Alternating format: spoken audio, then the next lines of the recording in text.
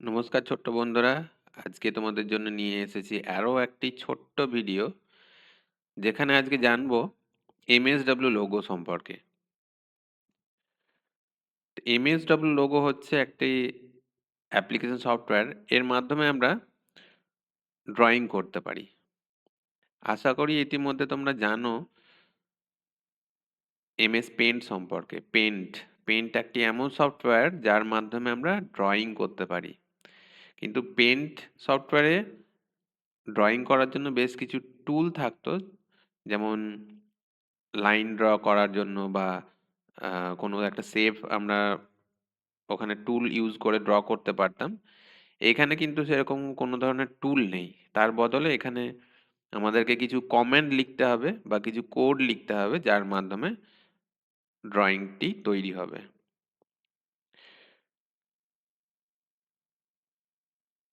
MSW logo, এটার full form হচ্ছে Microsoft Windows language of graphic oriented. MSW Microsoft Windows, এবং এলওজিওর full form language of graphic oriented.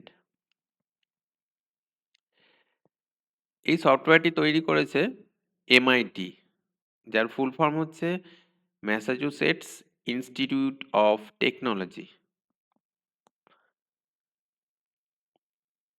এবার দেখে নেওয়া যাক মাইক্রোসফট লোগোর যে উইন্ডোটার কোন জায়গায় কি আছে। যেমন একদম ওপরে আমরা জানি যে উইন্ডো থাকে, সেই উইন্ডোর একদম ওপরের অংশটিকে বলা হয় টাইটেল বার। টাইটেল বারে এখানে দেখা যাচ্ছে অ্যাপ্লিকেশনটির নাম। এরপরে এই অংশটিকে বলা হয় মেন স্ক্রিন। এই মেন স্ক্রিনেই আমরা ছবি দেখতে পাবো, যে ছবিটা আমরা ড্র করব কমেন্টের মাধ্যমে। এরপরে নিচের অংশ কমান্ডার উইন্ডো। কমান্ডার উইন্ডোতে আমরা কমেন্ট দেখতে পাই বা এবং কমেন্ট লিখতেও পারি। তো এখানে এমএসডব্লিউ লোগোর উইন্ডো দুটো পার্ট। একটা ওপরের পার্ট যেটিকে বলা হচ্ছে মেন স্ক্রিন, এবং নিচের পার্টটিকে বলা হচ্ছে কমান্ডার উইন্ডো। কমান্ডার উইন্ডোর একদম নিচের দিকেই, মানে কমান্ডার উইন্ডোরই একটা পার্ট হচ্ছে ইনপুট বক্স।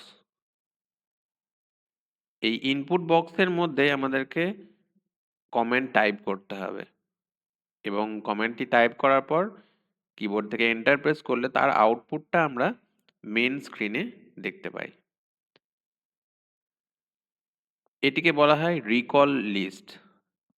এটি একটি ছোট্ট লিস্ট, যে লিস্টের মাধ্যমে আমরা জানতে পারবো এর পূর্বে আমরা কি কি কমেন্ট টাইপ করেছি। অর্থাৎ যে যে কমেন্টগুলো আমরা টাইপ করব, সেই সমস্ত কমেন্টগুলোর হিস্ট্রি আমি এখানে দেখতে পাবো। আমরা চাইলে সেই হিস্ট্রিটা ক্লিয়ারও করতে পারি।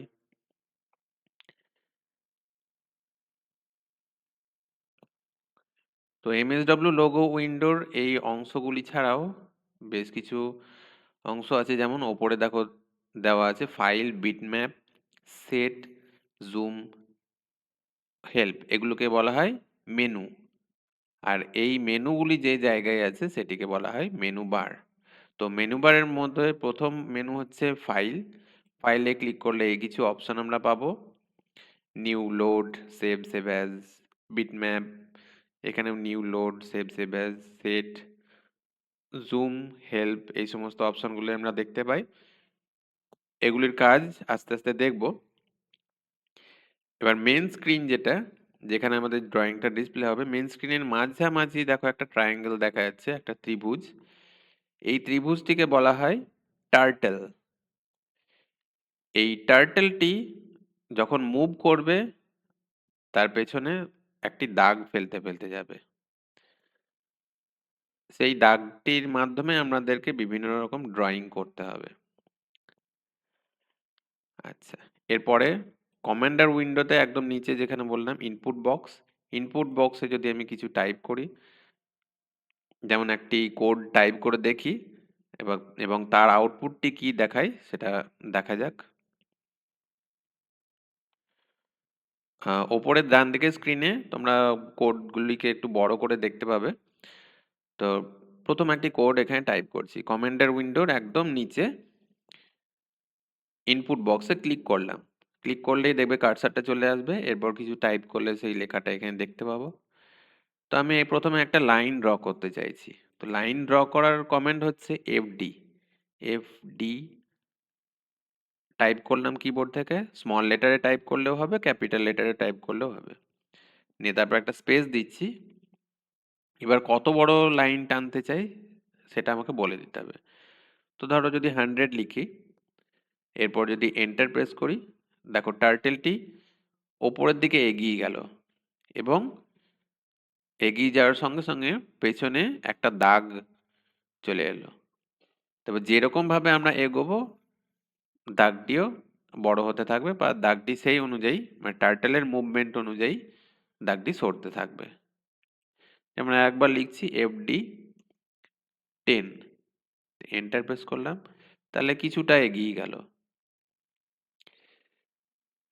তাহলে দেখো রিকল লিস্ট যেটা বলেছিলাম, রিকল লিস্টের মধ্যে হিস্ট্রিটা দেখতে পাই, অর্থাৎ কোন কোডটা আগে লিখেছি টাইপ করেছি সেই কোডটা আমরা এখানে দেখতে পাবো।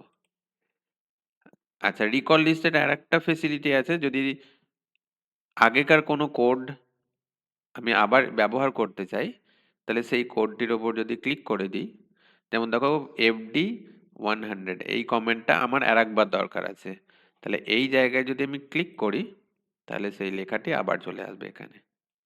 এবার এখানে আমরা মডিফাইও করতে পারি, বা এই কোডটাই যদি আমার দরকার হয়, কোডটা লেখার পর এন্টার প্রেস করব। কমান্ডার উইন্ডোর ডান দিকে বেশ কিছু বাটন আছে, এই বাটনগুলির কাজ আমরা আস্তে আস্তে শিখব। তো আজকের ভিডিওটি এই পর্যন্তই। পরবর্তী ভিডিওর ওপর নজর রাখবে, যেখানে আমরা আস্তে আস্তে শিখব কিভাবে লোগোর মাধ্যমে বা এমএসডব্লিউ লোগোর মাধ্যমে বিভিন্ন শেপ তৈরি করা যায়। তো সকলকে ধন্যবাদ।